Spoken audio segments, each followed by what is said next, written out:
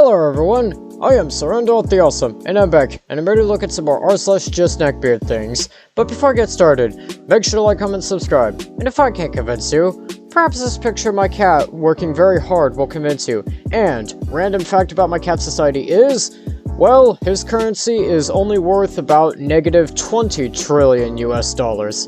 Without further ado, let's get into this. So his first post here says, owner of a gaming store proudly posting a 1-star review of his own store. And this person here says, "What store? The staff/employees at OnePlus Gaming have zero respect or integrity where customers are concerned. I was told to leave the gaming session simply because 1. I engaged a cashier in simple and friendly conversation, then respectfully inquired if she knew any women who were single." A guy, that maybe not a very appropriate thing to talk about, okay? Just straight up. Anyways, this person goes on to say, "And 2, the father of a girl I started talking to made a false accusation against me just so I would be kicked out and couldn't talk to his adult daughter, who, I might add, was very receptive and interested in me." I find this a little difficult to believe. I think this person may not have been as interested in you as much as you think she was. Anyways, this person goes on to say, "I wasn't even given an open ear to hear what I had to say on the matter." Okay, yeah, I do agree that maybe they should definitely hear both sides, but anyways, this person goes on to say, "If the basis of someone getting banned is just a he said, she said, no one at OnePlus Gaming has any ethics whatsoever, and their customer service is in extreme need of remodeling." Well, there are certain things you really shouldn't talk about. Like, I probably shouldn't talk about your love life or something like that, because that may come across as a bit creepy. Anyways, this person goes on to say, "I demand my $10 back from the gaming session. I wasn't even allowed to finish. Seemingly, some or all of the staff are antisocial sociopaths and trying to network friends or is more taboo or makes them uncomfortable, as one person alleged. If you're also trying to meet people or your player too, I would definitely avoid the store at all costs." Okay, I'm gonna probably give this, like, I don't know, 45 out of 50. Yeah, dude, there are certain things that you just shouldn't really talk about. Like, you know, somebody's love life, because that kinda could come across as a bit creepy and a bit stalkerish, and you're kinda gonna put them in a pretty bad spot. And this next post here says, "I wonder how many fedoras he packed. Hopefully enough for the whole trip." And this person here says, "Hello, I'm arriving in Tokyo tomorrow and I wanted to ask something.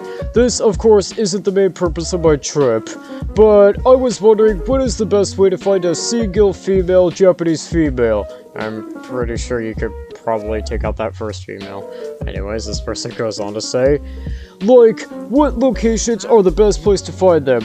Also, what is the best place to take them on a first date? And what kind of gifts do they enjoy? I am traveling from the States, so I would greatly appreciate any information from those who have a Japanese girlfriend themselves. Thanks."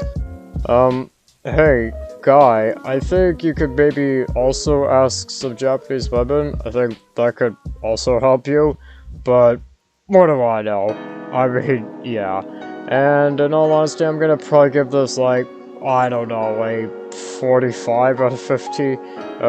Yeah, dude, you kinda come across as a bit creepy, and I'm probably gonna maybe tell you that you could maybe ask some women themselves. They might also know. And this next post here says, "Eugenics equals when people don't have S with me." And this person here says, "I think if I were a eugenicist, I would want to make sure certain people wouldn't breed or would fail to reproduce, while having absolute deniability and not moving a finger to do so." I think you kind of have to move a finger to do so. Anyways, this person would go on to say, I would institute permissiveness across society.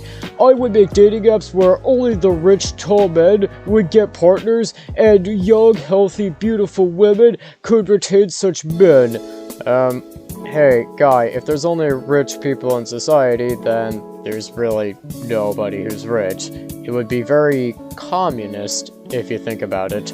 Or very figgist, as my cat's ideology is. Anyways, this person goes on to say, I would reduce monogamy so that the most unworthy men couldn't have access to women. I would talk about overpopulation so that people who resent the very nature of existence, those who are anxious, and people who do not desire to live on this earth would stop reproducing on their own. I would allow abortions as they are preferentially target certain people like the poor, which is correlated with a lot of biological markers such as intelligence, impulsivity, etc. I would push for S changes, particularly surgeries, which disproportionately have an effect on people with high anxiety and render them sterile for life. I would push towards euthanasia, which would eventually also grow towards getting rid of those with mental disorders. Yeah, where have I heard this before? Like, 1930s Germany? Anyways, this person goes on to say, eventually including things such as anxiety or depression. I would make having a belief in all these things a status symbol through social media, but you know, that's just what I would do if I was eugenicist. Okay, I'm gonna give this a special out of 50. Yeah, just because you suffer from things like anxiety or depression doesn't make you a bad person who doesn't deserve to reproduce. But believing in eugenics, yeah, that actually makes you a really, really bad person. I think with that, that's gonna do it for today. Don't forget to like, comment, subscribe, and I'll see you in the next one. Imagine,